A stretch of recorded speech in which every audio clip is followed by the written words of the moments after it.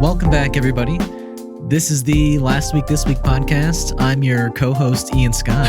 I'm your other co-host, Zack Huber. There we go. And this is a podcast where we talk about nerd stuff from the past week and stuff in the upcoming week. And we have a good amount of things we want to talk about today over the past week that's happened. But I think first we'd like to start off with, I guess, a big video that came out from the big man himself, Jason Momoa. The possible main man himself.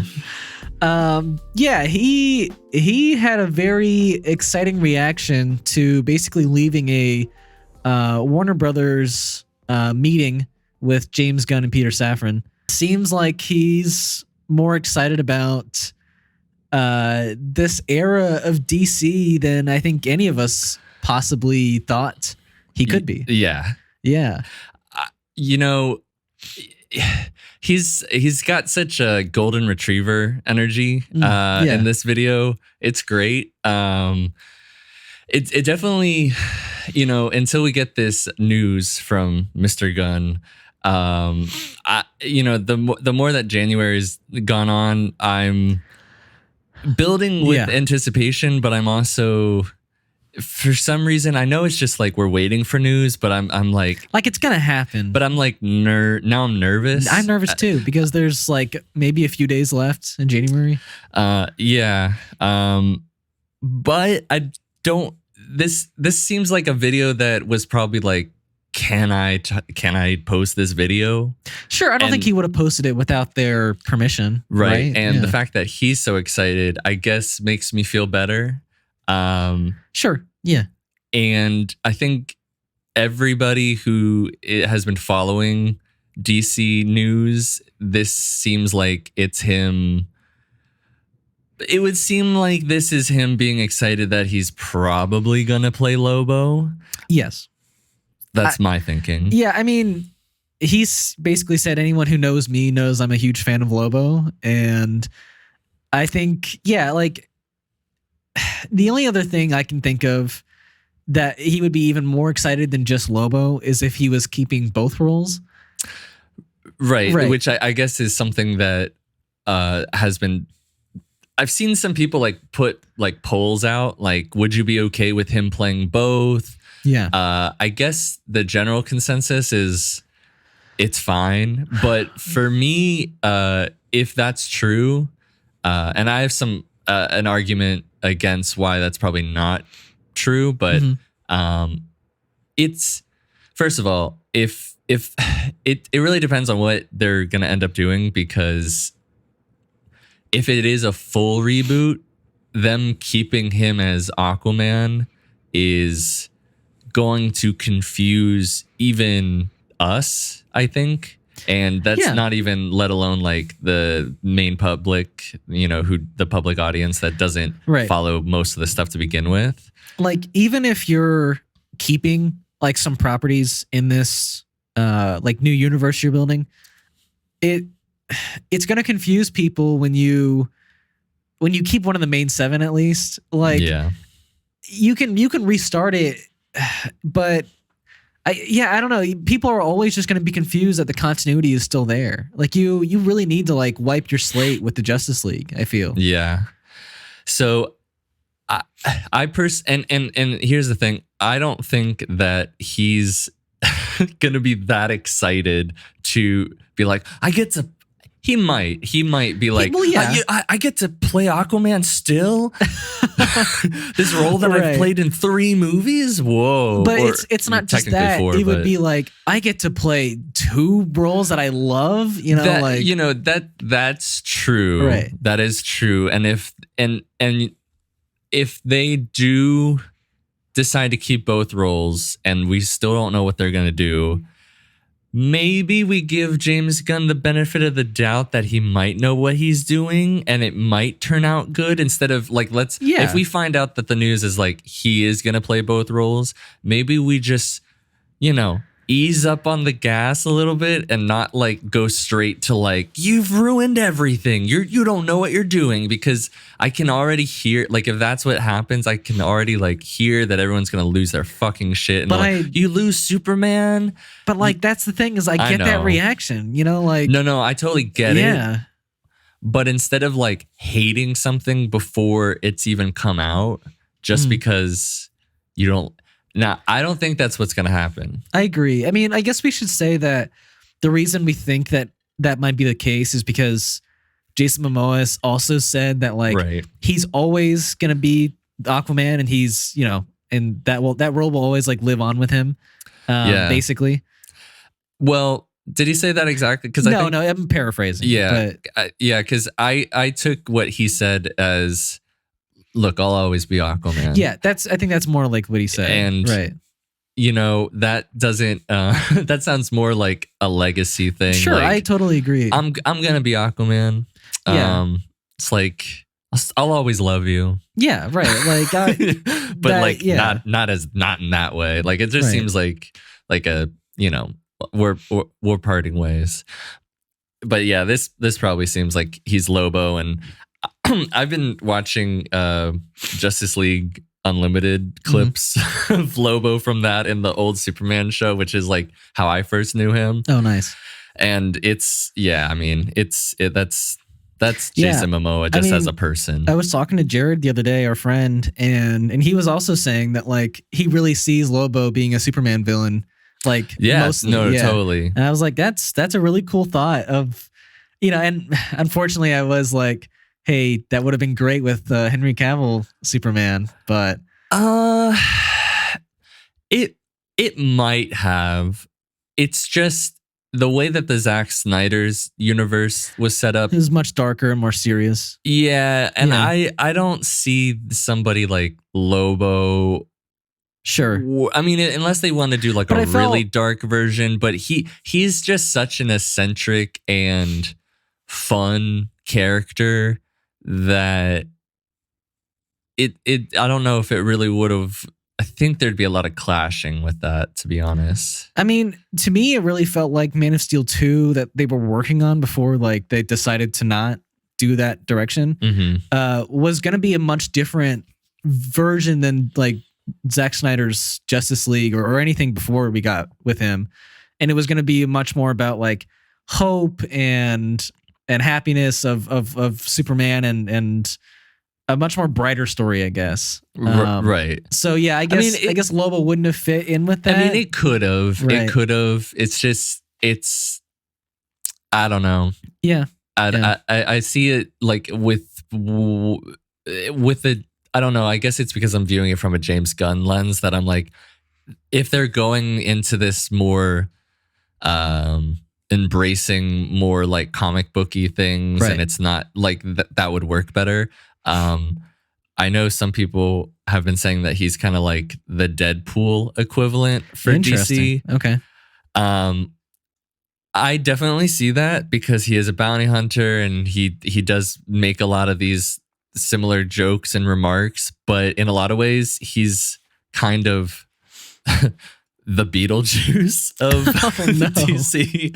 Not that Beetlejuice was bad. No. I like Beetlejuice. I mean, it's just like like I was watching Justice League Unlimited, and you know he's like fighting up against Wonder Woman, and or it was it was the Superman show where he was the animated series that he was fighting Superman, and like Lois Lane's like, you back off of him, and he's like, oh, look at you. Like he was like flirting in a like really weird way with Lois, and he's like, you'll never be Superman. It's like, that's not what the ladies say.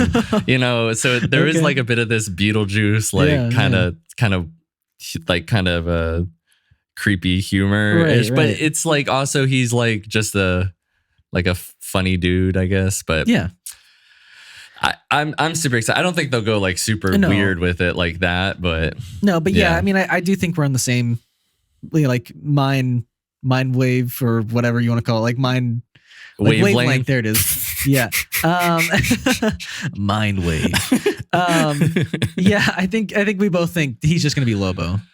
Yeah, I think Yeah. that's what this is. Agreed. Yeah. Yeah.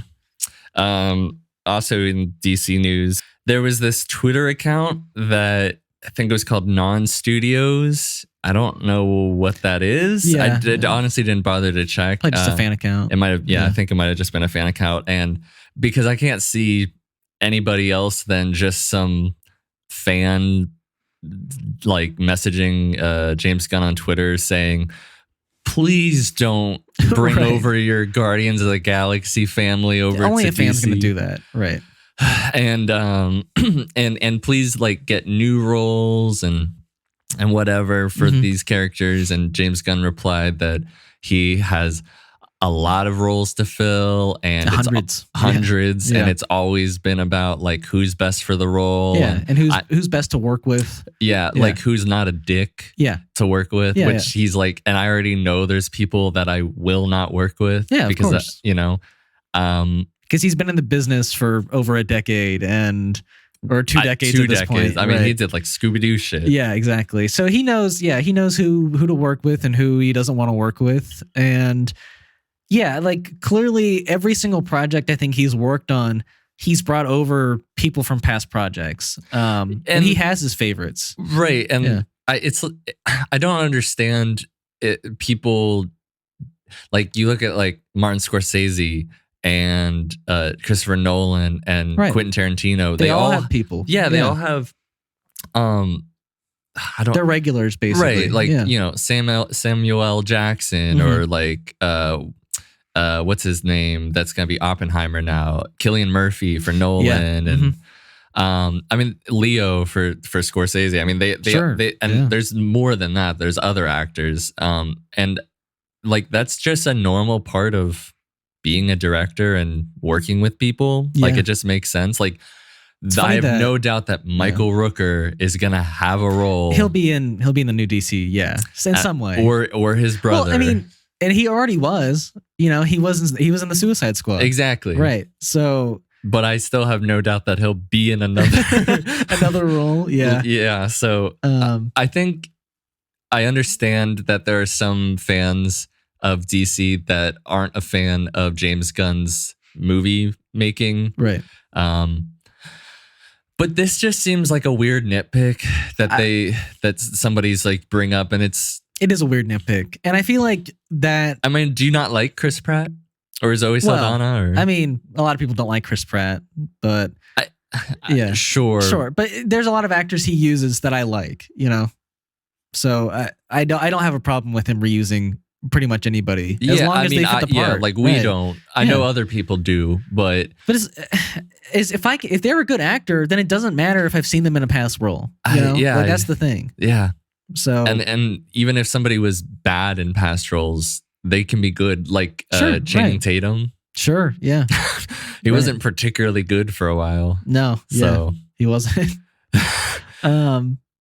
Yeah, I guess. And I've seen a lot of like articles of people being like, here's the casting for James Gunn's this, and but none of that's true. No, I know. It's just people are so hung up on the casting, and I get it, but because that's who's ultimately playing them and bringing that character to life. I just think that this is a weird thing to be like messaging James about. Agreed. Yeah. Like just let him work. He'll do a good job. I mean, it seems like he's fine with it, but I figure it's a little annoying. Just be like, don't cast these actors. Right. I'm like, calm down. But it's probably nice for him to set the record straight so many times for people, seeing like what's really true out there and like what he's going to be doing and I mean, it's good for us. I think over time it'll probably be good for the DC fandom to have somebody who's like, don't speculate, here's what's happening. The only people who are upset about that are the people who are like diehard Zack Snyder fans, who wanted to see that universe like come to life again. And do you hear that story about it's not true, but that there's a lot of Zack Snyder and here's the thing, it would seem they're not Zack Snyder fans. Mm-hmm. They're fans of his DC universe because they're all hung up on wanting to get Zack Snyder's Justice League universe, like part 2 going again, right? So they're like, Netflix could pick up the Justice League, but they can't because they don't own the rights to DC stuff. The thing is that their thinking is that DC would give the rights to that that particular storyline universe over to Netflix, but that's still like probably around 400 million or something stuff for Netflix to buy, and then you got to make the movie. And Zaslav's already said like he wants this like single universe and not to have like he doesn't even want to have like two Batman most of the time. And why would he have any of his own stuff on another platform's spot? You know, like why would he not use they HBO? Are doing that with they are licensing some content over to like Amazon.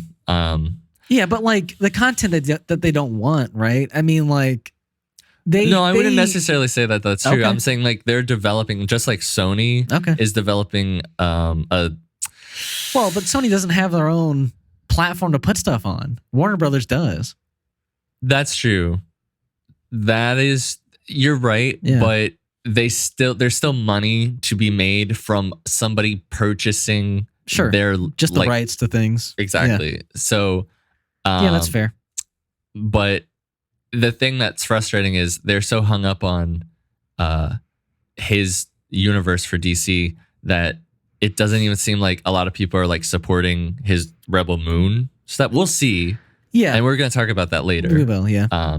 But that's just frustrating from like, if you're going to be a fan of a filmmaker, right? You know, he's moved on. Clearly. So maybe you can move on. That'd be nice. That'd be nice to just have a non-toxic fan base for once. So, and I get it. There's a lot of hurt feelings, but you know, we're gonna be fine. Yeah. You know, and moving on to not, I guess, James Gunn's universe, there was a leak this past week or so on the Flash movie. It seems like a new thing that's been happening more and more is toy companies. They have to get these toys made pretty far in advance. Yeah. So oftentimes we get leaks of the toys that are coming, and it hurts the studio to not make these toys in advance. So like I get it. Like I don't know if you heard about The Mandalorian, like the first episode that came out, when it first dropped. They had like no like marketing for Grogu. Right? Yeah. And they didn't put any toys into it because they wanted the fans to like actually be surprised of a new character, which ended up hurting their toy sales. You know, like not anymore. But like at the time, I do remember being like, when can I get Baby Yoda? And I had to wait a while. Yeah. So I get it. The toy we did get a look at in this leak. Oh, sorry. Maybe we've like mentioned all four that we got. Sure. Funny enough, I think I only know like we got the Flash in his like normal suit, right? Or his new suit for the movie. Right. Did we get him in the Batman suit as well? Okay, so we got normal Flash, we got Michael Keaton's Batman. Right, okay. And then we got, it said young Barry Allen Flash. Okay. And that's him in the recycled, reused Interesting Batman. That says young Barry Allen. Yes. Okay. That's neat.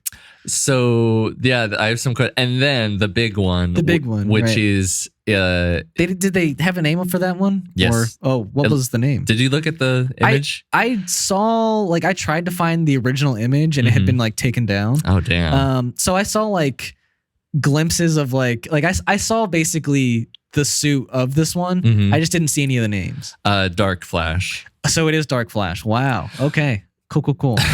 I mean, basically, you might have maybe a bit more information because I had to research a lot. I will say I don't know a lot about Dark Flash. Like in the run of the Flash comics I read, he didn't appear. Like everything we had been seeing from this movie was confirming it was going to be Dark Flash or Reverse Flash, and even like the logo of that of like the villain in this movie had been.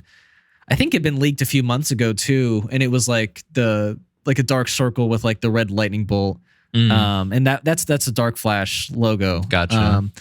So yeah, definitely that's who the villain's going to be. Well, it might be because I'd be surprised if it wasn't. I was reading some breakdowns of what this means. Yeah.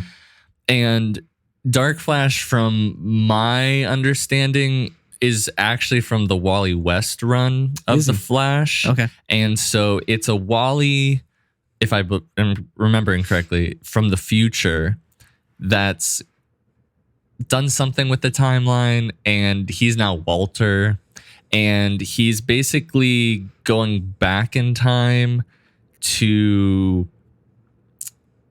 redo things. Interesting. But this particular Flash is kind of, if you didn't see the image very well, I saw the image pretty well. Okay. Yeah. He's very like grotesque. Doesn't he almost remind you of like the Doom in Batman v Superman?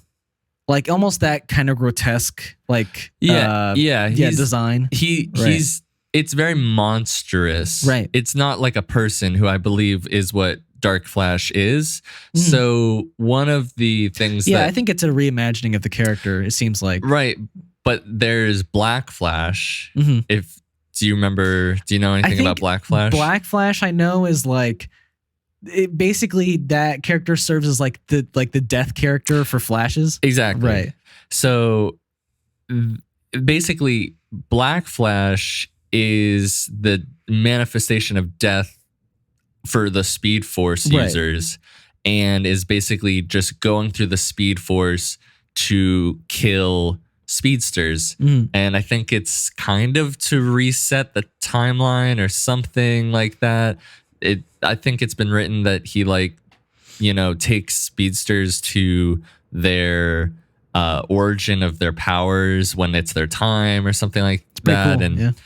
And so maybe he is, or whatever they are. Maybe it's a mixture of the two. Maybe he's kind of this force that's propelling the story because they have to get away from it, or it's something that's just going to be used, once or twice in the movie.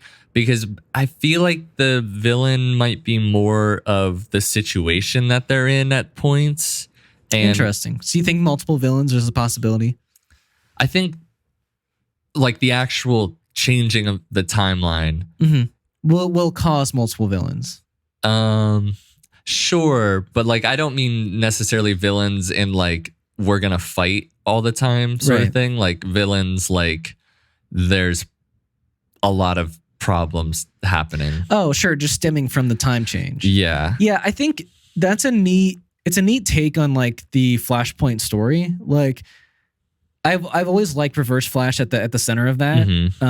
But like a Flash, like if you think about it in that way, where let's say the movie starts off similarly to like the Flashpoint paradox, where he goes back in time and tries to save his mom, and that changes like the timeline greatly, right?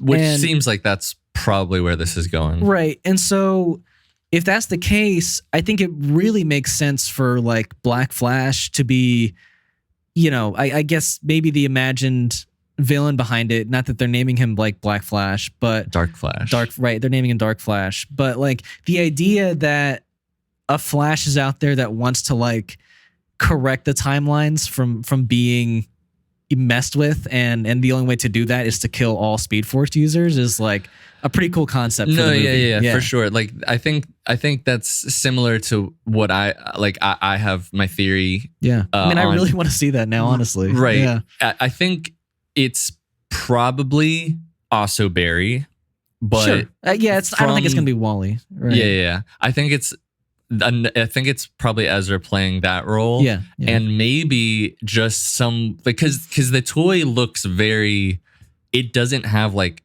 really a form. So it makes me believe that maybe it's in the VFX that Dark Flash is going to be more of this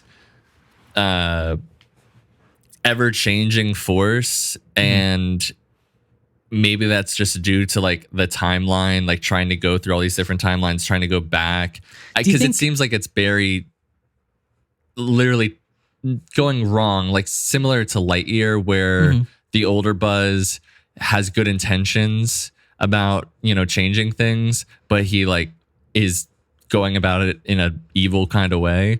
That Barry's just like has good intentions about wanting to change things, but is like going to be malicious about it.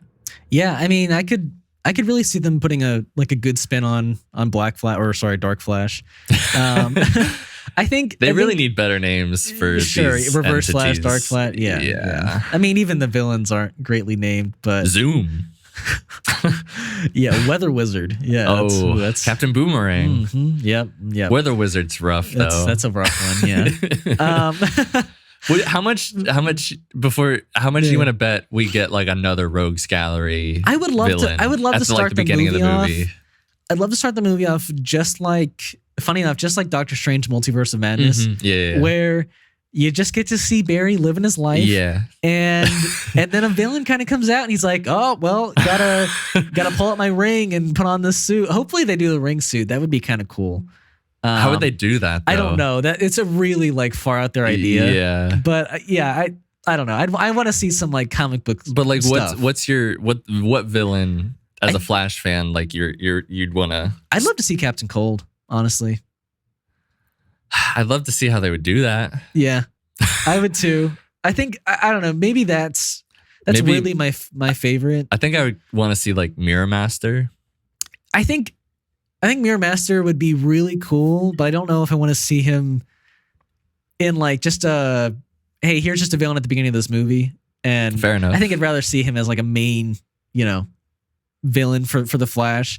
I think Captain Cold is like he's easy enough to do. He's goofy enough. Yeah. Even though he can be written seriously. Right. Yeah, I think that would work. Or maybe like him and like I think his name's Heatwave. Yeah. Him and Heatwave together could be cool because they work together. Like them and the Rogues work together sometimes. Yeah, I feel like they would do like some fairly grounded, like, oh, come on, guys, what are you doing? And they're like, right. Whatever, Flash. Exactly. Yeah, I want to see that. Yeah. Sorry, but what do you remember what you were gonna say earlier? Yeah, I think I was just gonna like point out the theory that like maybe the reason why his like suit is morphing is because he's taking out these other versions of the Flash, and maybe they're like he's absorbing those versions. That's a pretty cool idea, because I think that would go into the idea of a mixture of Dark Flash and Black Flash. Yeah. So yeah, I'd be down to see something original. Like, yeah. And I don't know how Flash fans feel about, are they super protective of like, no, you got to have Dark Flash and then you got to have Black Flash. And these are, come on, guys, get it right. So I don't know how they feel about that. I think I will say it is refreshing that we'll see, but it does seem like it's refreshing that we're not getting Reverse Flash as the villain, because I like that character. No, I love Reverse Flash. Yeah. It's just that it's been done every single time so far in the TV series, and it's like his main villain pretty much. Right. Yeah. And I think he was a big part of the Flashpoint Paradox. I mean, that was the main villain in Flashpoint Paradox. Right. So I mean, he might still be in this in a way. Yeah. But it's also, every single superhero movie, it's like Black Panther, Killmonger, Ant-Man, Yellow Jacket. Sure. Yeah. I mean, I guess if you're doing another speedster, it's not an original like villain idea. But yeah, I think that's the only way you really like put the Flash like at his limits, is by like testing him against like himself pretty much, right? Sure. Yeah. So yeah, I get the trope not being great, but what are you gonna do? Yeah.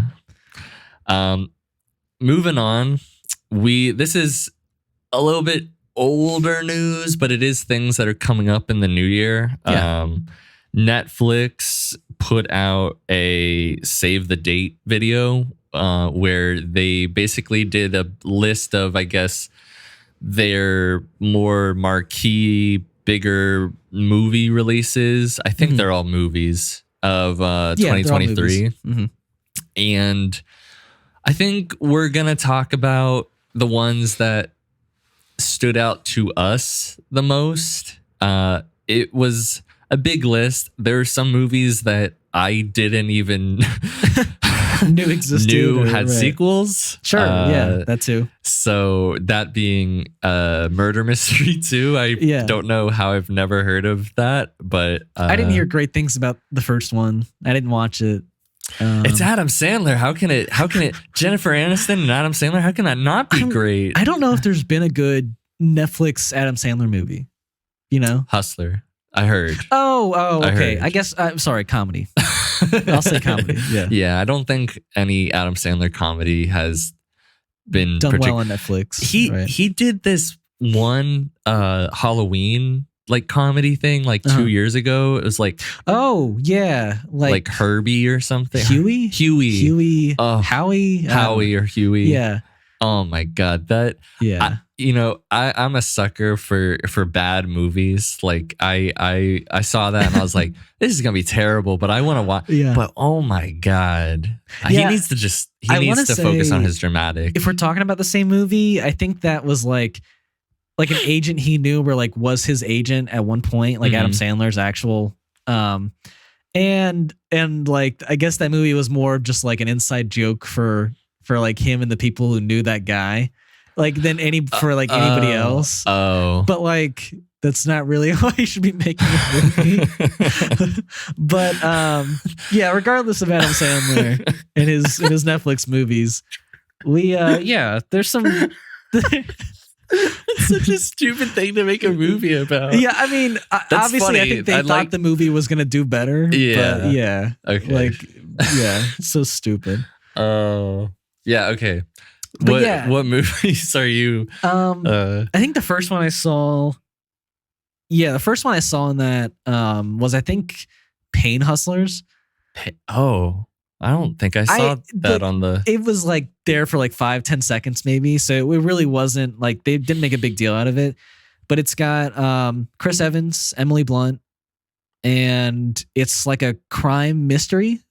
And I don't know, looked kind of interesting. You said Chris Evans and Emily Blunt? Yeah. I like both of those actors. They looked good together, and I think Chris Evans had an accent in this movie that worked pretty well, I think. What kind of accent? It could have been Boston. I could be wrong. Those about are tough to do. But he's a Boston guy, right? So I think you're right. I think that probably is going to come natural for him. I could be wrong though. The other movie was Damsel. Yeah, that's one that I also had wrote down. Yeah. Millie Bobby Brown, I think is Rapunzel. I did not get that sense. But from what I had read, it was like she's the main character in this movie, and like her family like weds her off to this other royal family. And it says about it's a princess locked in a tower to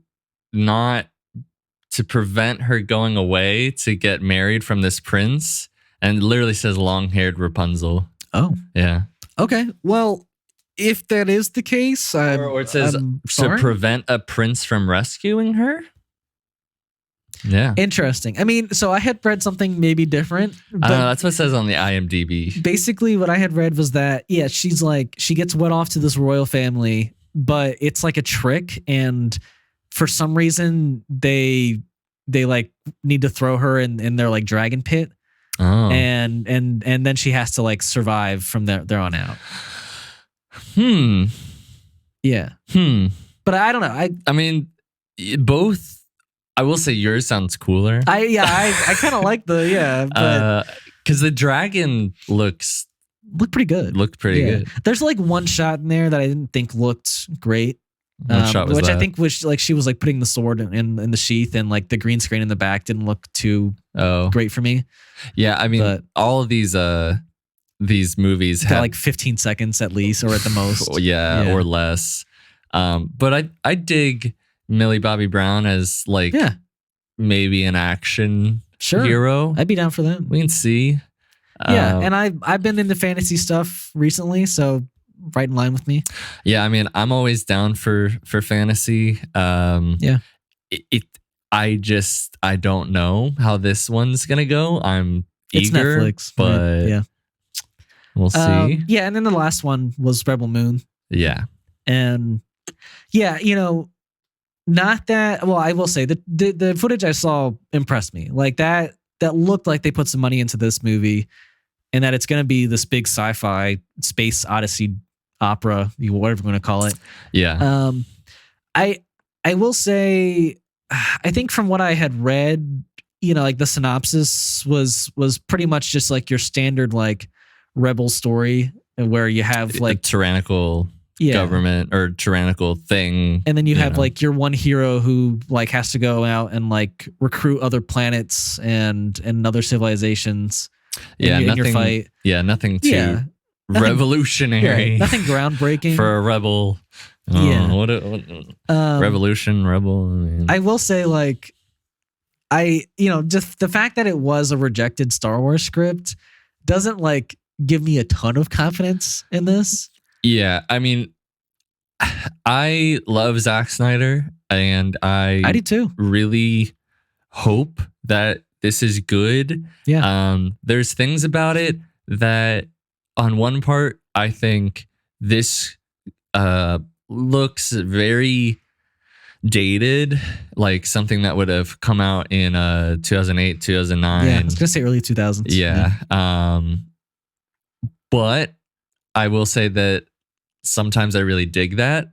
And there's other times where I look at it and there's that same feeling, but it's like, oh, this might be really good. It's just hard to tell because we don't have a whole lot of dialogue from it. It's just a bunch of action shots and like some sort of ship landing down. Like I'm frustrated that none of these have actual trailers. Yeah, they're just. But it's better than the past year's Save the Date, because I don't know if you saw that. No, I never did. Okay, they would have. I don't know how they did it, but they would have like scenes of the movie that they were promoting in this compilation similar to this one, but they would have the characters like turn to the screen in a fourth wall break and like talk to you. Yikes. And that was not fun. No. So this is a lot better. Yeah, a lot more clean and professional. Yeah.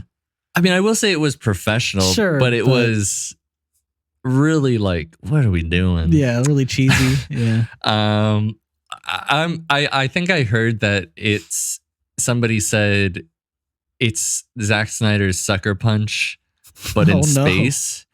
That is maybe one of my like least favorite movies of all time. Right. And I just hope that because that movie was visually great to look at. Yeah, but it was also just like you didn't care because the story was so bad. Right. So I'm just hoping that the story's better. Yeah. I hope so too for that sake, because geez, Sucker Punch, man. But yeah, I mean, I was even hearing that his first Netflix movie wasn't all that great either. Army of Darkness. I heard that had a lot of problems. It was,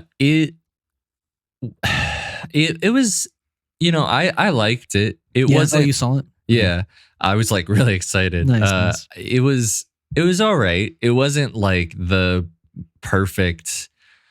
It wasn't like one of the best zombie movies I'd ever seen, but it was fun, and I thought Dave Bautista did an okay job. There was definitely problems with it, but it was fine. I don't think it was as bad as other people. Okay. So if it's like that for Rebel Moon, you're okay with that? I would like it to be like it to be better, but if it was similar to Army of Darkness, it's just going to be like a movie that you're like, oh, like that was a really cool action scene, and then another Right. cool action scene. And then you'll just kind of forget the movie in a couple of years. And yeah, I mean, there were two characters from that movie that then spun a spin-off movie. yeah, they're working on a couple spinoffs, aren't they? Right. Yeah, I think so. Or at least a sequel. But Yeah. I never saw the spin-off because Oh, it already came out. yeah, Oh, like it oh. came out like a few months or so after Wow. Army of Darkness, because they were like, oh, we gotta like This is our next franchise, right? and the problem was that it was just if I remember correctly, it was just because this dude was like a master thief or like good at cracking into safes. Yeah. So it was just a heist movie as opposed to like Right. a heist zombie movie. But So there was didn't- no zombies, which but- was like the main thing that like well, was there were zombies, but like I don't know. not in the spin-off. Oh, not in the spinoff. No, Oh. it was just a heist. Oh, I think I know what you're talking about. Okay. Like Yeah, it was yeah. just a heist movie. You're right. That's And- so weird because and- it was before the outbreak, wasn't it? Yeah, because That's- all right. spoiler alert: are you ever gonna watch it? Probably not. That Yeah. character dies. Oh, okay. Dave So it Bautista's was- character? No, the Oh, character the main that character in the spinoff. Okay. yeah, And that's in that character comes into the main movie. yeah. Okay. But it's like a heist movie before the zombie movie, so it's like Well, isn't the what do main we- movie a heist movie too? But it's with zombies. That's the, Sure. Right. That's right. so it's like before the outbreak. Right. So the people who were there for the zombies aren't really going to give a shit. And yeah, Yeah, I don't think it did particularly well. I'm sure it didn't. Um, Yeah. the movies that I put on here that are interesting to me that you didn't have is Leave the World Behind. I don't What- remember that. Is Mahershala Ali and let me check. Was it Mahershala Ali and Ethan Hawke? Okay. And Kevin Bacon, Okay. which is like a psychological thriller. That sounds cool. Yeah, and there's also You People looks interesting. I hope it's good. It could be, yeah. I think it could go either way on the scale of good and bad there. because I love Jonah Hill and I love Eddie Murphy. But Eddie So- Murphy hasn't made anything to me that's like original, like good in a while. You know, I heard Dolomite was pretty good. Okay, I didn't see Dolomite. I did not see it either, so I'm Now, not the best person. I'm more so talking about Coming to America 2, Right. and I was not very happy with that movie. I heard people weren't happy with that. I love the first movie so much that the I was first like, movie's so good. I was like, do I want to watch this? And I never did. And then everyone told me like it's okay. And I was like, it's okay at best. Yeah. I'm not a Luther guy, Oh, okay. but that's because I watched it years ago and I didn't really get into it, which is weird because it seems like the exact thing that I'm super into. But Really? Okay. yeah, I mean, a British, detective show. Yeah. I'm in, but that one looks like it's probably pretty good. They cloned Tyrone, which is it's got Jamie Foxx and I forget who else is in it, but I was mainly like it was mostly Jamie Foxx that like I think they showed, which is like I this guess- trio that are uncovering some sort of conspiracy, and I'm assuming there's a clone. Okay. Yeah. That's all you got. But it Like- looks like it's a cool name. Yeah. It so looks like Netflix has definitely got Jamie Foxx now because he was. oh yeah, Was it last year he was in that vampire movie? oh yeah, what Where was he that called? He was like the cleaning pool guy. Yeah. Yeah. And that movie I never saw. That's didn't the thing either, about yeah. these Netflix movies. Like once I hear them, they're not good. I don't Well, yeah, try like- them out. Right. Unless I hear they're really good. But Yeah. Yeah. I mean, most of them aren't that great. So Unfortunately. not a lot of them get watched by us, I think. So no. But these we will see how Yeah. it goes. Maybe I think the this only since one we we're- start this podcast, maybe I will actually try these ones out just to see if we Right. can talk about them. So like the only one I think we're guaranteed to at least like try is Rebel Moon. definitely watch Rebel Moon. Yeah, because we're big Snyder it is a big fans. deal, Yeah. right? And it was the Star Wars script at one point, so I'm curious. Yeah. Yeah. So that's what's coming up. Yeah. Also, what's coming up is apparently Rian Johnson, who did Knives Out and Glass Onion. Also Netflix. He's currently writing the Knives Out 3 script. Yeah. Yeah. And I think this is great.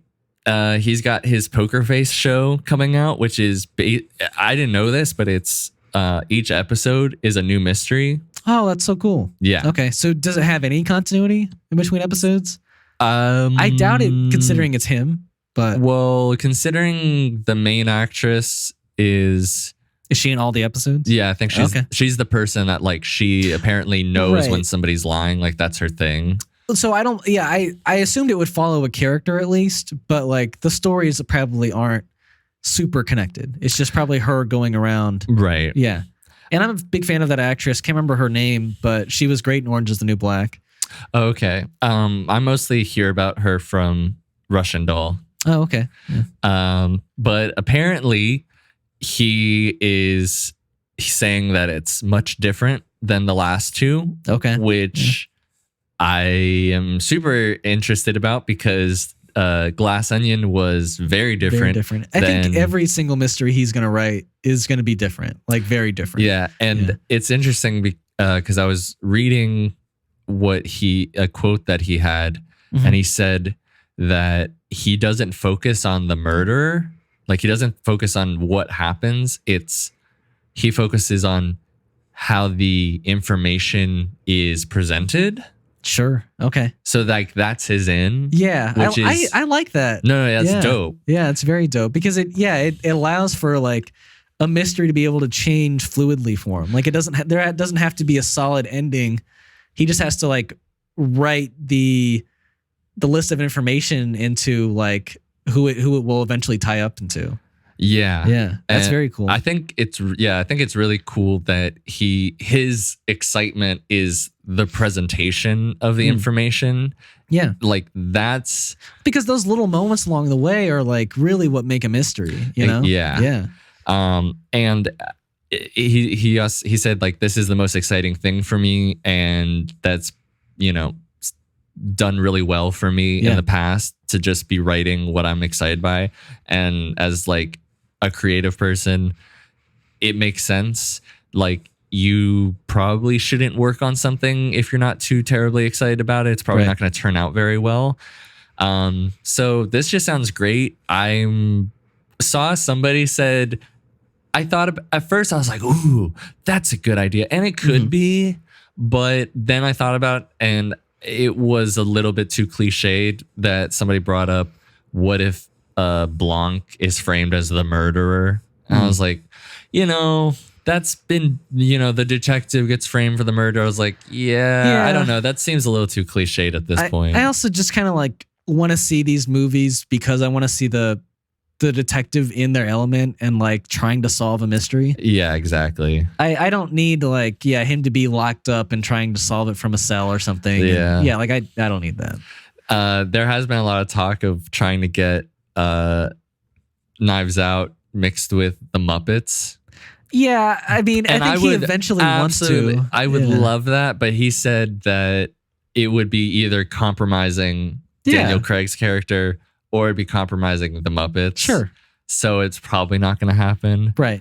But maybe in like some special down the line or something. I don't know. Maybe. Like I don't think this TV deal, like this TV show that he's making, Poker Face, like was in the original Netflix deal. I could be wrong, but no, because Poker Face is for Peacock. Oh, it's for Peacock. Okay. That's cool. So I guess my question there is like, do you think after this, next Blanc, third movie, do you think they keep making more of these movies for Netflix? Do you think Netflix comes back to him and tries to like buy the rights to more of these sequels, or you think he just goes to a Star Wars deal afterwards? I don't think that there is a Star Wars thing happening personally. He is, tied to a movie, or at one point it was a trilogy, like Patty Jenkins is tied to her movie. So it is supposed to be happening. Okay. The way I see it is so they do the third movie, they're probably going to do a full theatrical release at this point, considering how well Glass Onion did. I hope they do. Netflix they lost doesn't that on so smart. much money. I agree. Yeah. I think they are most definitely going to ask for more. Wanting to ask for more, and he'll probably have something set up where he doesn't have to provide a new one until this point in time. Right.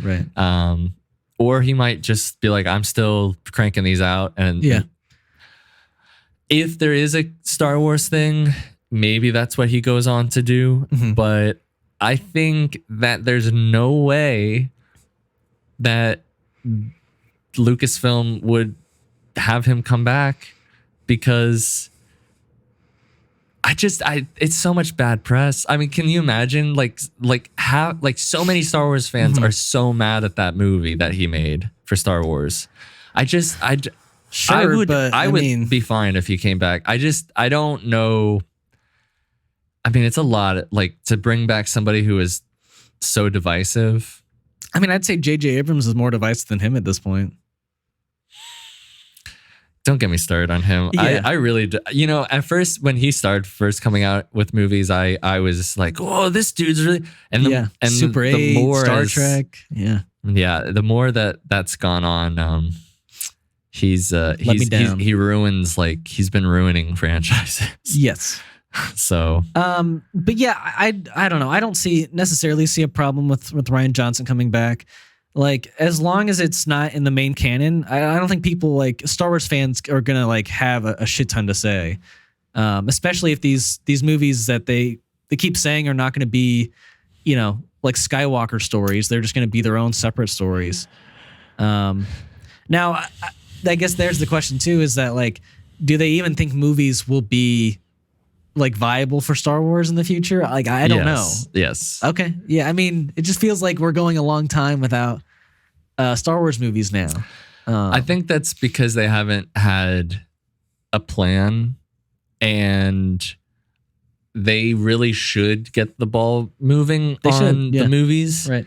But in the meantime, the shows are not the shows are doing well. Pretty good. I mean, the Skeleton Crew just finished filming last week, so I'm super excited to see that come out later this year. Yeah, that'll be cool. Ahsoka, Andor, and Mandalorian. Yeah, so, maybe season 2 Book of Boba Fett. Yeah, I don't know what the story would be for that. Well, we left off with Cobb Vanth in the Bacta tank, man. We got to see where he goes. Oh, right. Right. That's the only character I kind of care about. And I'm upset he didn't die, to be honest. He should have died. Who, Cobb? Why? Oh. It would have been great for the story. I just think, just have people die in Star Wars, please. Yeah. Somebody. There's a severe lack of, people making... direct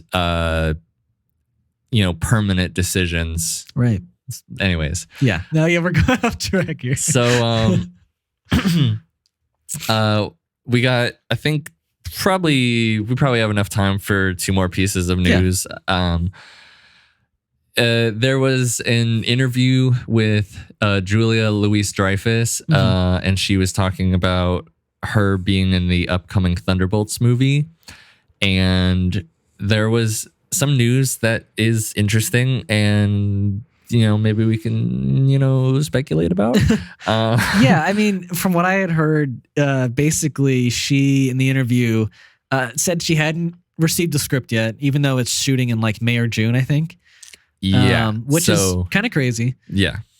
She also said that she wants action for her character, right? Yeah, she's demanding that she gets to do some action scenes. Which I don't blame her. I think it's badass. She's absolutely 60 something. No way. Is she really? Yeah. She looks great. I know. Wow. Yeah.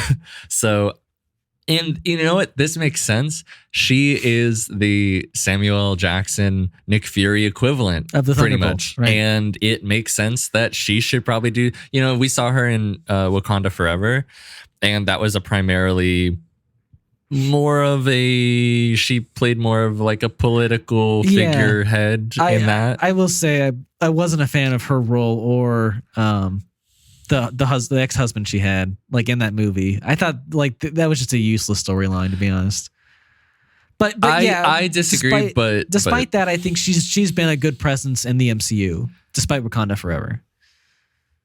I argue against that, but yes, she's been a good presence. Yes, Yeah. Good. There's been a lot of threading to get to this Thunderbolts movie.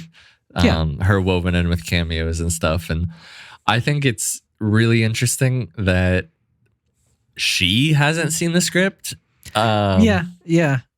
Especially which makes me think that it's not done. No, it's either very big because apparently the pre-production crew has been working like nonstop. Yeah, so it seems like a big production. They're working nonstop like right now. Right. Yeah. It's either it's a big movie and it's going to have big consequences or effects for other movies, or she has a relatively small role. That would bum me out, I think, because they are setting up that character for, I mean, maybe not like a huge role, but she should definitely be in most of the movie, I think. I think she'll be narratively, throughout most of the movie. I don't think she's gonna die. No, I'm not. She might, but I'm not predicting. Like it's not like she'll be like her own superhero or supervillain or whatever. She's just, I think she's gonna be like the Contessa. she'll be a good agent, and I think that's enough. And she'll get some good action. Nick Fury was in all of the first Avengers movie. Yeah, but he had the action scene at the beginning with that was it. Loki, and he had some stuff on the helicarrier, I think. I don't even know then. But he could have, yeah. I think he definitely did some stuff in the Battle of New York, but it was smaller stuff. It wasn't big stuff. And that's what I'm expecting. Like I'm because it's you're bringing back 6 characters that you've already established. I think this is also being treated like an Avengers level movie. Yeah. And so that's maybe the reason for the secrecy and not getting your script out to your main actress or one of your main actresses like months in advance. Yeah, either that has something to do with the fact that if this script was to come out at all, it would affect one of the 3 movies that is about to come out. I hadn't thought of that, yeah. Or it's would reveal larger plans for afterwards. Yeah. I mean, I don't know. I have no idea. I don't know where this is going. I think some people are saying that it could be dealing with Sentry, which is kind of like a Superman-ish equivalent in the Marvel universe, or maybe Abomination shows up somehow. Maybe Baron Zemo shows up, which he should show up. The most speculation I've heard is for like a Superman type like villain, right? Which I think makes sense. You have a lot of, maybe not a lot of powered people, but a lot of heavy hitters. Well, who? Well, I mean, you have 3 super soldiers. So soldiers against somebody who's like a god. Sure, I feel you. I think the idea was floated across that they're trying to stop him like getting to full potential or something. Okay. Like that. I don't know if this is true at all. Right. This is all just some rumor. Yeah. I would much rather it be something else, to be honest. But if you add Red Hulk to this team, like it's seeming like that's going to happen, but I think maybe it might. But but I also heard that in Captain America: New World Order that Red Hulk is the villain in that one because he's now the president. So do you think apparently. Maybe? Wait, which comes first? Does Thunderbolts come first? No, Captain America comes first. Huh. Gosh, I wonder how that's going to happen. Because, I mean, or Thunderbolt Thaddeus Ross is like, he's going to be the leader of this group by Thunderbolts. Yeah, maybe either something happens to him and the name Thunderbolts gets attributed to them in some sort of way, or he is then the president and he dispatches this like the president of the black United ops. States? Yeah, it's rumored that he's the president by the time of New World Order. That'd be neat. And that he has this black ops group and they're called the Thunderbolts, or I think there'll be some sort of thing that ties in that either he's dead and this is like a tribute sort of thing. No, well, I think he's going to be in the movie. Okay. Yeah. I'm pretty sure they've already confirmed that. Okay. Well, yeah, and or he is Red Hulk and he's a part of it. But for those of you who don't know, Thaddeus Ross was recast, right, and is now Harrison Ford. So I am so looking forward to seeing him in that role because that's just so new for him. Yeah, I'm definitely, and that's the argument I would say against there being a Red Hulk is I don't see Harrison Ford doing a whole lot of motion capture. Sure, you're probably just gonna be able to like recreate his face, and you're gonna have to do that. Like just go, but that's not how that works. I feel That's not how motion capture he's gonna works. have to. But I don't see him signing up for that. So that's my argument against that. From what I heard is that like the reason he signed up for this role is because he wants a new experience. You know, he wants something new. And I think he's also maybe doing it for his kids. I could see that. A lot of these actors apparently do it for their kids or his grandkids at this point. So yeah, I mean, I don't know. Maybe I don't see that because he is so like negative towards certain childlike things like Star Wars, but you know, I mean, Indiana Jones is very childlike, so he loves that. And he loves that, yeah. I mean, he did a movie with a dog that's just called Dog, right? No, was it sure? Maybe I'm not. I don't know. Yeah. But anyways, that's Thunderbolts. That's news. Thunderbolts news. Do we want to do Fantastic Beasts or do we want to just move on to? I mean, we can talk about that for a few minutes. Yeah, I mean, we had heard recently again that Fantastic Beasts, nothing at Warner Brothers is moving forward. There's no movies being talked about, scripts being written, and the main actor, what was his name again? Eddie Redmayne. Yeah, he was saying that he hadn't heard anything either. If the lead actor of your franchise is, when did that movie come out? The last one came out last year, like May of last year. Right. So not exactly a year later, but getting close to a year, and there's no news about a new one. And I think it's still declining on returns. Yeah, on not box surprised. office. Right. It did terribly at the box office. And I know now people said that the newest one was the best out of the three. Yeah, I mean, I heard it's better than the second one. So, it has to be, right? I didn't see the third one because I didn't either. Yeah. I really don't like the first two, and as much as I like bad movies, this is like bad movie in a bad way where it's just boring.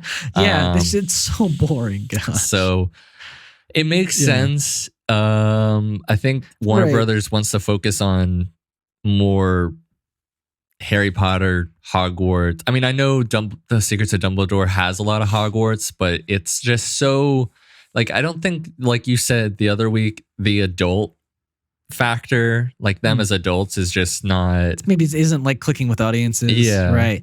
I think like the other thing is that like at the time when that movie came out, the third one, the studio was very public about they wanted to wait for like the potential success or failure of this movie before continuing with the franchise.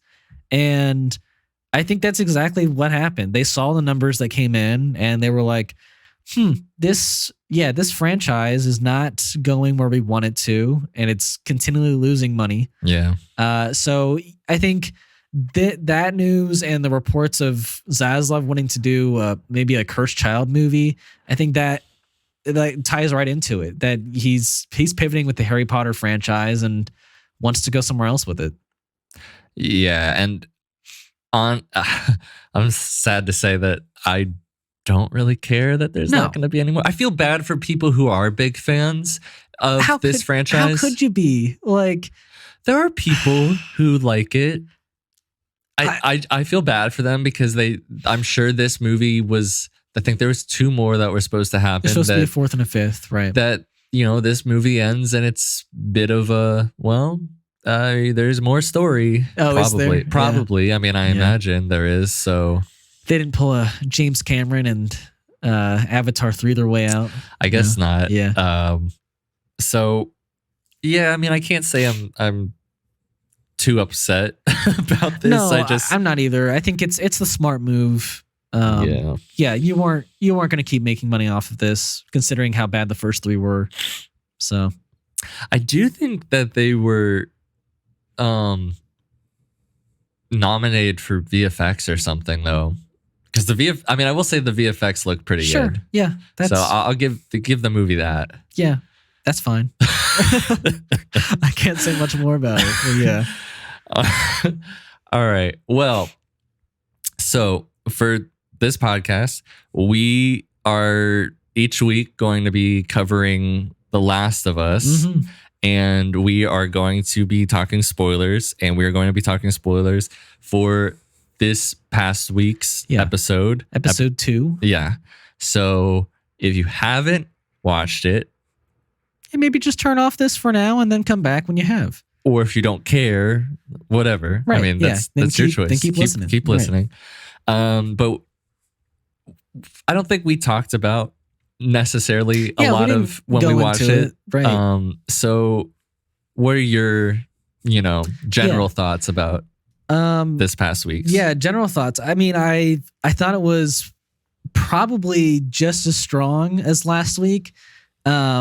The opening surprised me again by setting it off of the Joel and Ellie story and opening it in Jakarta, that we had heard about last episode, and I thought that was funny enough. At the time, I think I was slightly bothered by it because it felt a little repetitive, to the first episode. Okay, but I think the repetitiveness makes sense.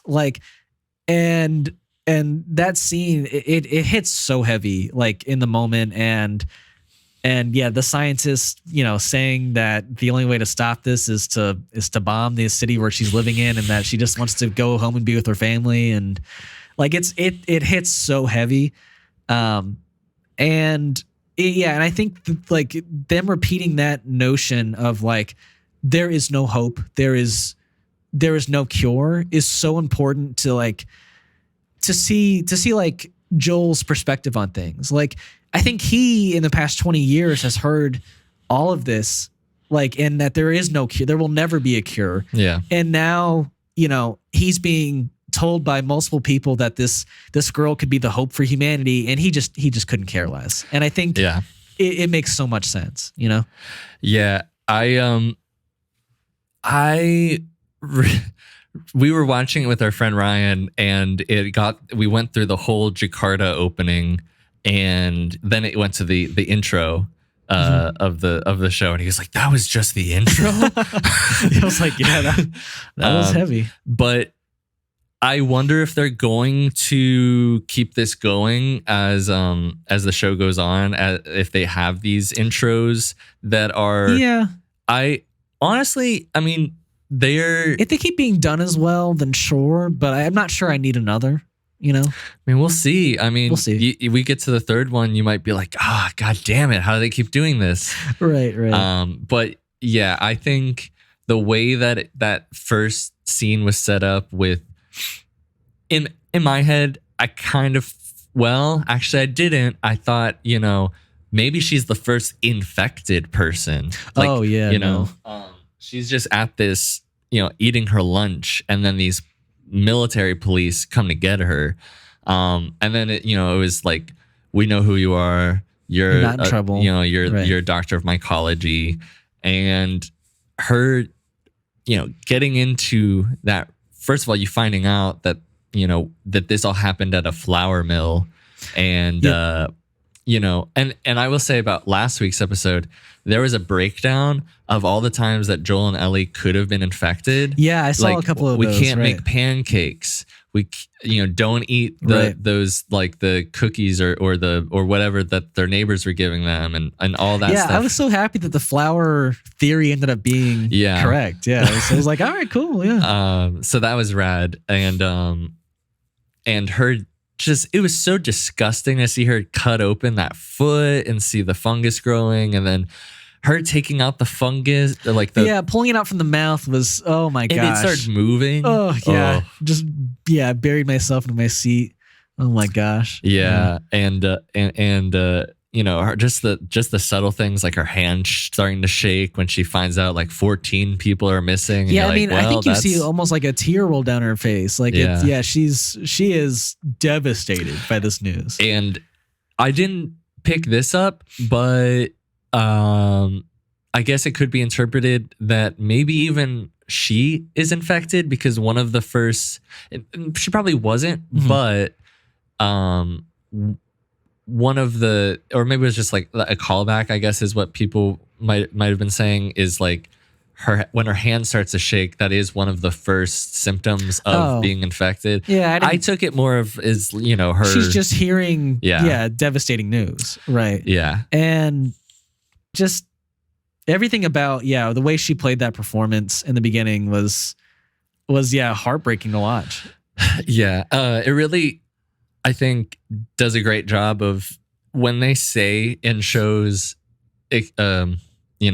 zombie outbreak, this is a world, infection. Yeah. A lot of the times, like in The Walking Dead and multiple other shows or even movies like I Am Legend, we just kind of focus on America. Yeah. Or one spot, right. Like what was it, 28 days later? That was just all in London, England, right? Or England. Okay. I think it's really great, and it shows the magnitude of the show that we were in Indonesia. Yeah, yeah. So I think it maybe is somewhat similar to like, the COVID outbreak we kind of went through, where we just kind of like heard about it starting in China. Yeah. And then, it's all of a sudden it was in Seattle and we're like, is that it went to Seattle? It was at least in Washington from when I first heard about it. You might be right. Yeah. I remember being at work and like people talking about it, and I was like, oh yeah, that sounds awful. Yeah. And I mean, that's just me. Like that was just like me not just being in a place where I was like, I don't know. It's happening on the other side of the world. Right. It's, and I didn't really even understand what it was. No, and I don't think most of us thought it could come over here and we never think that what it did. Right. But you're totally right. Yeah. Basic in reality, like that's very cool. Yeah. And then, we cut to present day, and there's Joel and Tess are still very guarding, Ellie. They're just guarding her, like asking her a bunch of questions. I think this episode did a really great job of giving us more chemistry between Joel and Ellie. Like they're stuck in this position of being alone together while Tess like navigates to open the other door. Right. And they're just like, and they're just kind of trying to make conversation. So where are you from? And that's all he tells her. He's like, nope, no more questions. Yeah. It's just really great. I think it's really great too. I mean, to me, this episode was like the definitive Tess episode. I mean, yeah. Right. Like, yeah, it's her episode pretty much. And she acted as such a great like buffer for Joel and Ellie. Like so many times he would say something or like act a certain way, and she would snap back at him. Yeah. And she was the one who, ironically shouldn't have had so much hope. And because she was dying, and but Joel still saw like the darkest in things, and it rubbed her the wrong way. And she really is the catalyst for him now going and taking on Ellie as this, because this is her passion, you know, like and it's her kind of dying wish. Absolutely. Right. So it's great. Well, I guess we can talk about, well, no, I'll save it for the end, but I wanted to say that the scope that they were able to achieve in this episode of the city is, I would love to have some sort of VFX breakdown of how they were able to achieve this. It did not ever feel, except for maybe one shot where they were going down the ladder. It didn't ever feel like they were on a set. It really felt like they were there. And it was incredible. And I mean, and besides the city itself, the museum that they eventually go into by the end of the episode is, it's breathtaking. I mean, like every nook and cranny was like filled with like fungi shit. The set design is just really insane. I mean, when they go into the hotel lobby, it's overflown with water, and there's a piano and like a frog on it and a dead skeleton, and there's moss growing. It really feels like, and that was a real set. Lived in. And I really love the moment where Ellie gets scared by the skeleton that falls over. Right. So it falls over, and she knocks on the piano, and the piano hits those notes that normally are hit for like scary moments. And it's just like so well done. Like, and it makes sense. Like, I don't. I will say, like, you know, because of the budget this show has, I think they're able to do all these things. You know, like I was hearing that compared to the size of the budget like The Walking Dead had, they would have had to like to make the sets they did in the second episode, they would have had to like put their entire season set at that point, because they wouldn't have had the budget to keep going anywhere else. Wow. Yeah, it's insane. And I'm so happy that they get the freedom to do the storytelling they need in this. Yeah, I mean it really helps. It really does make you helps you feel like you're there, you know. I want to mention what things that they did that I was wondering how they were going to deal with the threat of the clickers, because in The Walking Dead and some other zombie material, sometimes the characters are really good shots. Okay. Yeah. Right. And so then the zombie threat is not as scary. Yeah. Because we're kind of assuming that our characters are going to be able to shoot a good amount of them. Right. Or that they're somewhat easy to kill. But these things are, first of all, they're probably shooting them as well as any normal person might, and they're hard to, just these two that they find in the museum are hard to take down. I was so happy that we got to see like the misses and like them reloading their guns and them hiding, and it was all what you wanted from that, I guess, you know, the gameplay that you originally had in the game. Exactly. Like I love the reloading thing, because instead of in a lesser, not necessarily a lesser TV show, but it really makes the stakes feel more that we're going to not show that off screen they're reloading, right? Or, you know, or this quick thing. It's like, I'm going to silently. Yeah, because you got to be silent now. The great thing about that particular scene is it starts off with the camera on both Joel on the right and then the clicker on the left, and the clicker is getting closer. But as the clicker is getting closer, it focuses and moves towards just Joel reloading. And then you hear it get closer and he's focusing on being really super silent. And then at the last bit, when he's fully reloaded, you see how much closer the clicker is. And it's that much more intense. It's so smart because the audience is focusing on exactly what the screen is. Like you are focusing so on Joel being like as quiet as possible that you almost forget about the clicker. And it's for me, I wouldn't say I forget about the clicker. It's just more terrifying because I don't know what it's doing or how close it is. Which makes me feel like I'm in Joel's position more. Oh yeah, okay. That totally makes sense. Because instead you can be like, oh, well, the clicker's that close and the clicker's that close. So you have an eye on it. But when you don't have an eye on it, it's that much scarier. Exactly. Right?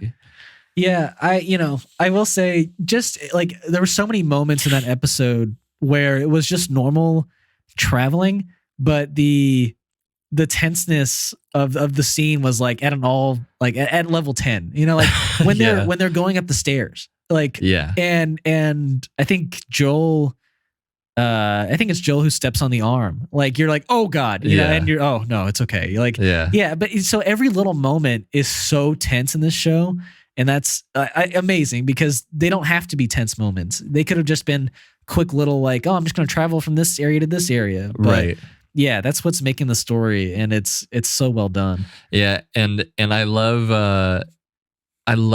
that most of the show has been handheld camera. It really feels like you're moving with them as opposed to like some stationary shots. I think that's it. I was trying to figure out what felt so like different about like the way this was filmed. And I think, it's and it doesn't feel like somebody's just like got a camcorder and it's just like recording like their friends. It's it like the method there works really well because like you said, it's just like you're somewhat like you feel like you're moving through the space. Right. Yeah. They did some really great world building in this episode with talking about that, like showing the sun on these masses of cordyceps that are all moving together. So I heard that, or I saw in an interview that instead of having spores, which they had in the game, where the characters would have to put on gas masks when they were getting close to the clickers, that would be like an indicator. But if they had the mask on, you would lose the actors' faces for like most of the show when they're in danger. Right. So this, instead of them having that vine that they have to worry about, is their replacement of the spores, which, I think it makes sense. It makes sense. And a lot of people were talking about like, oh, it's so close to the game. Well, I'm cool with them adapting things, especially when something like that happens, because that's true. Like, would you really want Joel to have to keep putting on a gas mask like all the times that there's danger? Or just like a bandana cloth, right? I mean, I don't know how much that's going to do anything. Right, but I mean, that's what they were wearing in the beginning, like throwing bodies into the... Right. Yeah, I think, one of the changes that I do love with this fungi is that like, when they shot the body at the end, it basically like the vines grew immediately on that, and immediately alerted that like a mass horde to their exact location. And I was like, that makes killing these things so much more terrifying because you don't know where they're gonna land. You don't know what fungi is gonna creep up into them and alert other things. It's such a great callback to when they learn about that. Right. And so let's talk about this final scene, which I haven't seen it. I know people are talking about it. I don't know what people think about it, but I've heard people are mixed. Okay. I can only talk about what I think about it, which is no. It's not okay. Well, yeah, I mean, no, it's not okay. How? No, I don't have a problem with it. Okay.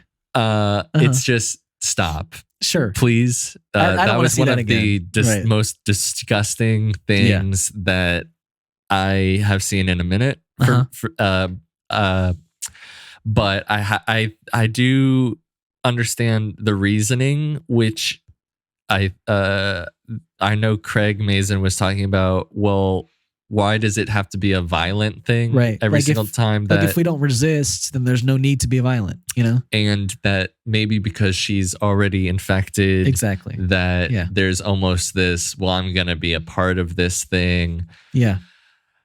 Nonetheless, it was still very gross. It was very effective. Oh, yeah. Yeah.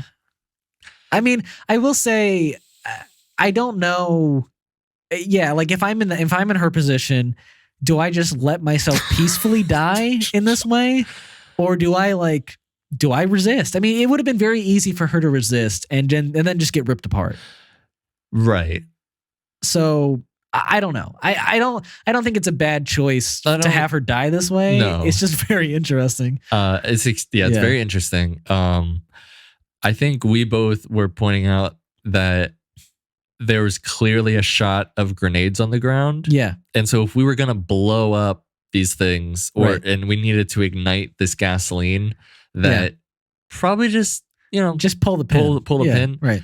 I get the dramaticness of like, oh, I can't get the Zippo to and I get it. Right. It's fine. That's the other thing I think is that like she was relying way too heavily on that lighter, because like, what if she just lets herself be taken and the lighter just never lights?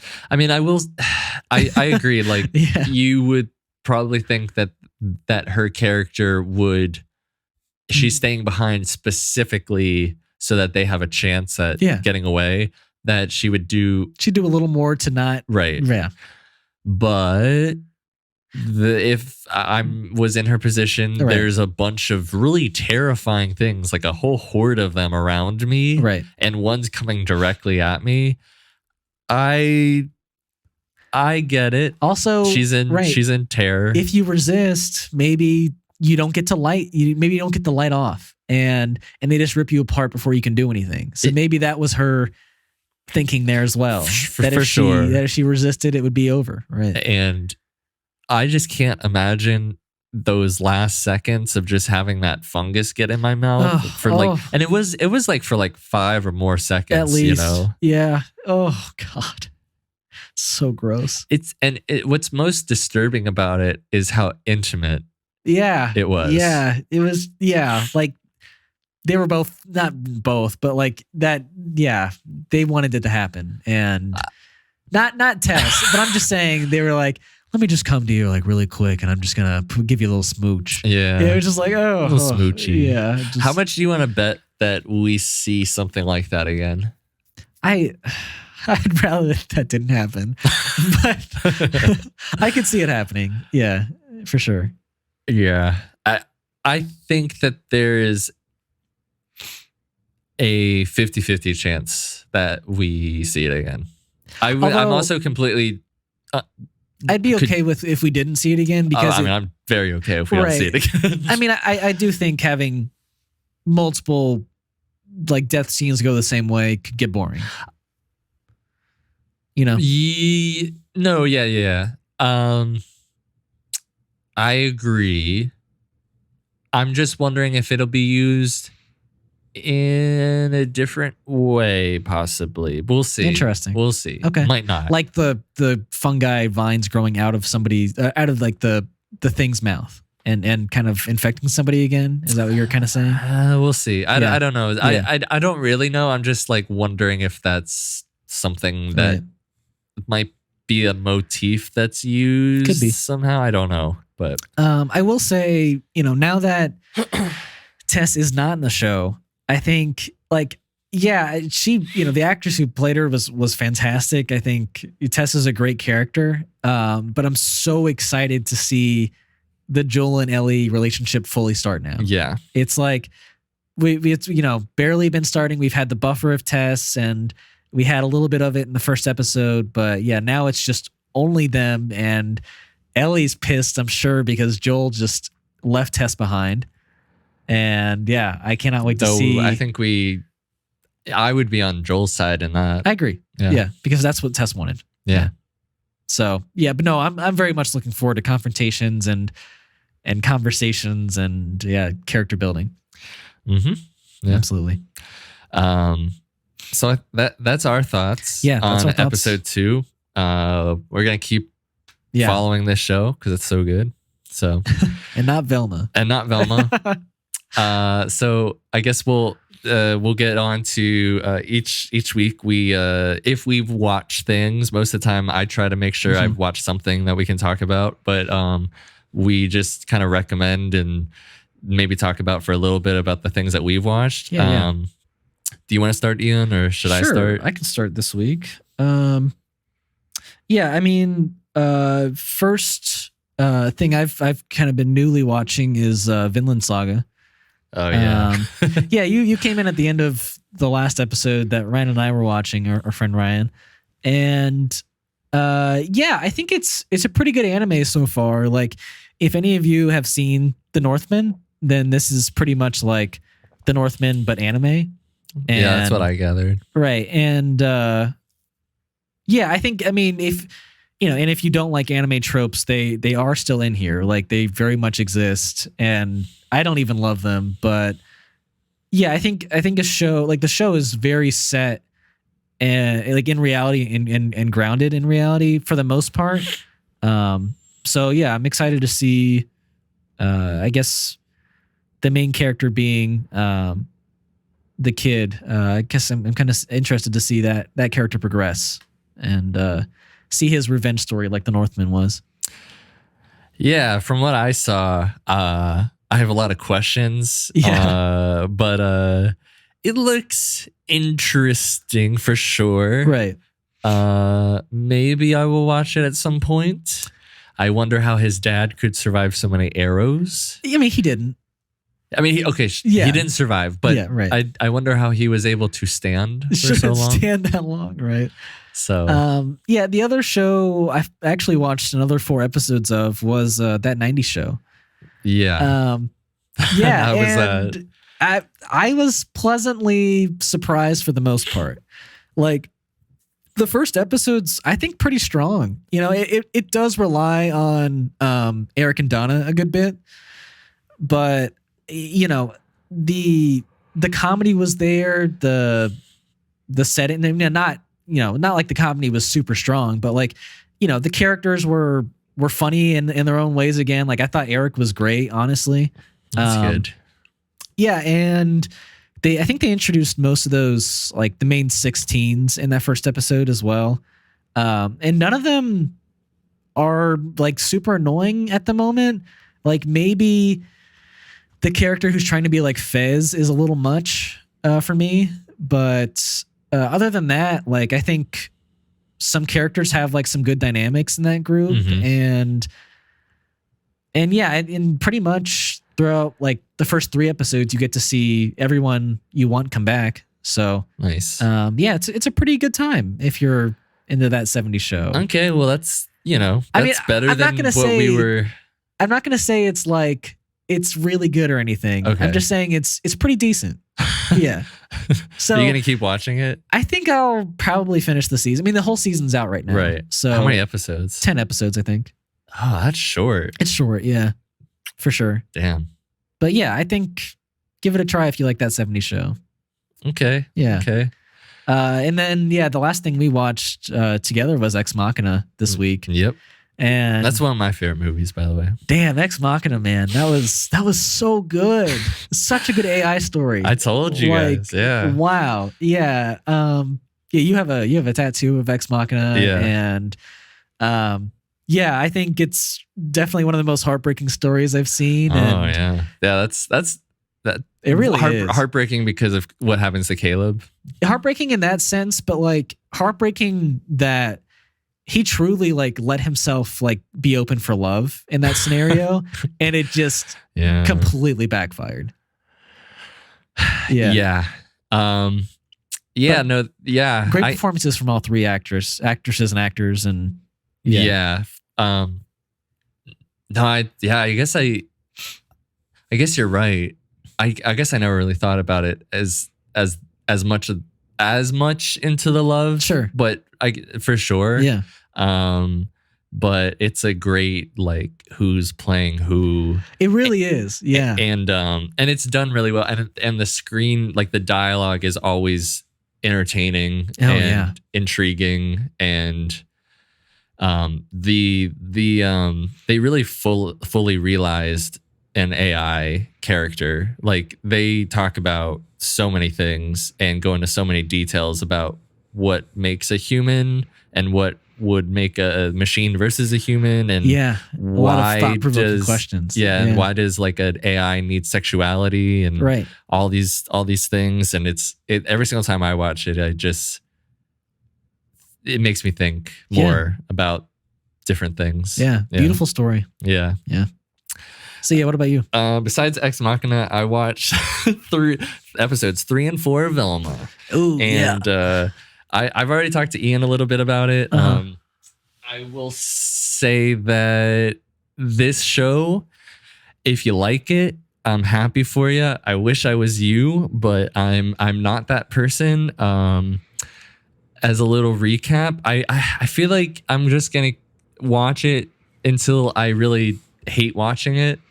Because I don't hate it. I hate it. Like, it's funny. I'm surprised you don't hate it. Like, I don't like it. But the things that happen are like funny to explain to other people. Right. Like in episode 3, Velma and Daphne face off against each other in a female defense competition because they need to defend themselves from the murderer, and then that leads to conflict between Velma and Daphne, and then there's this running joke about wearing a cardigan, and that makes people open up to you like you're a therapist. And then Fred gets out of prison, and then he gets acquitted for murder, so because a girl's murdered and while he was in prison, so that means he didn't do it.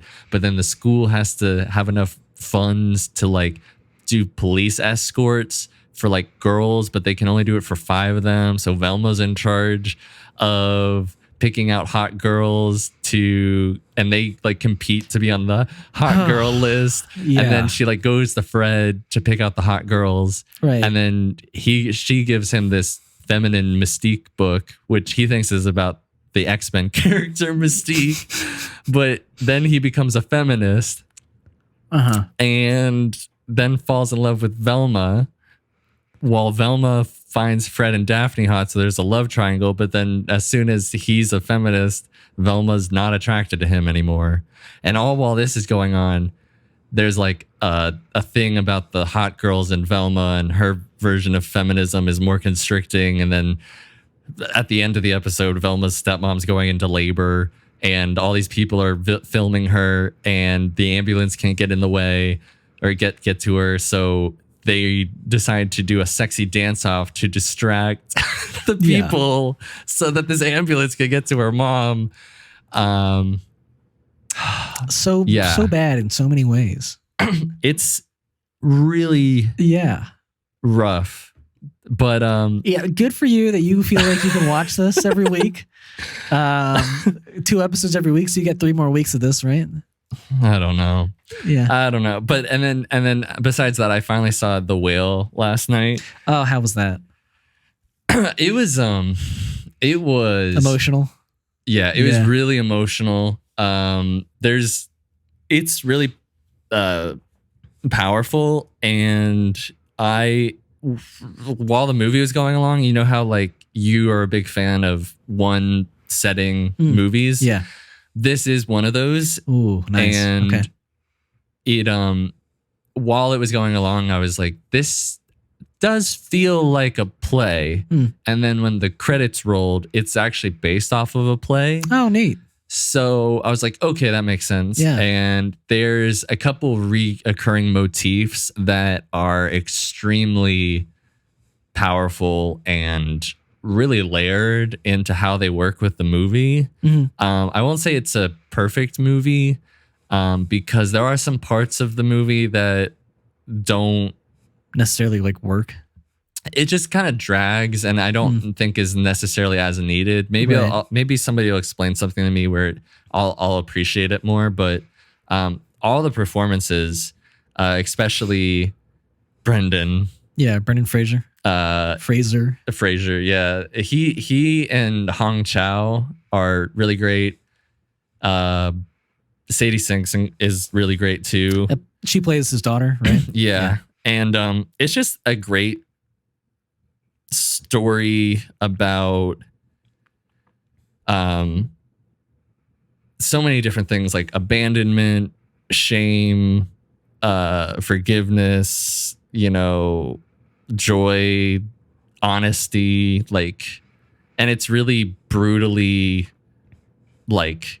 it's very it shows ugly things. Like the way that the movie starts off is very shocking. Yeah. And it hit that movie hits I was crying. If you want to just cry, you will cry so many times in this movie. At least I did because it deals with certain things with parents and divorce, but also things with just being dealing with internal conflicts of yourself or wanting to change and all these things. And this sounds like a must. Jeez. I mean, the Oscar nominations came out this week, and he's in it. He's for Best Actor, and I'm gonna try to watch as many of the Oscar movies nominated as I can. But for Best Movie, right? Or just in general? Or I think he was nominated for. Best... I just meant you watching the movies. Oh yeah. Okay. Yeah. I'm gonna try to. Yeah. But yeah, it's really good. Nice. It's really good. Really, really good. And it's shot in 5:4 aspect ratio, so that was really that's different. Yeah, that was fun. Like Zack Snyder's Justice League. Right. Very cool. Very nice. Yeah. Is that all you watched this week? And Titans, but I'll save that for we can another day. Save that for when you fully catch up. Yeah. I'm you're close. 3 or 4 episodes away. Yeah. 2 episodes away now. Wow. Actually. Yeah. So very close. Probably by next episode. That's insane, man. I can't believe how much Titans you've watched. I wanted to catch up. Yeah. No, I'm proud of you. So yeah, that's what I watched. Yeah, that's what we've watched this week. And to close things out, I'm just each week I do music recommendations, so I'll just do this really quick. There's links to the playlists on our link tree, and they'll be in the YouTube video. So Spotify and Apple Music. Yeah. So there's True Blue by Boy Genius, which is the holy trinity of indie sad girl music, if you're interested. Miami by Caroline Rose, who's a great new artist. Nice. Stars Will Leave Their... I forget what the name is, but it's by the Murder Capital. That's post-punk. English Teacher, there's a song about love, which is from one of my new favorite labels, Speedy Wonderground. Nice. This new artist named Blonde Shell, who I got obsessed with this past year, and her new song, Joiner, which is from her new debut album coming out. Wow. So those are all really great. They're mostly on the alternative side. Perfect for me. So and they're really great songs that I really liked this past week. So I hope people check them out. Yeah, I haven't heard any of them, but that's mostly a good the thing. plan. Right. Yeah, just I mean, shine maybe they'll be a big artist. Yeah, right. Pretty much. But cool, yeah. Well, we very much appreciate everyone who's stuck with us up to this point. We are on TikTok and Instagram and YouTube, as well as Spotify and Podbean for our podcast. Mm-hmm. If you want to give us a rating, a comment on any of those platforms, we would very much appreciate it. Yeah, definitely. If you want to tell us how we're doing, any critiques, any, things that you just want to talk about, the things that we've talked about, that'd be great to discuss. Right. We're always up for conversations in our comment section. So yeah, we are. So, but yeah, if you made it this far, thank you very much. It's really nice to be able to talk about this stuff. Yeah, it's been a really good time. And thank you for watching. All right. Until next time.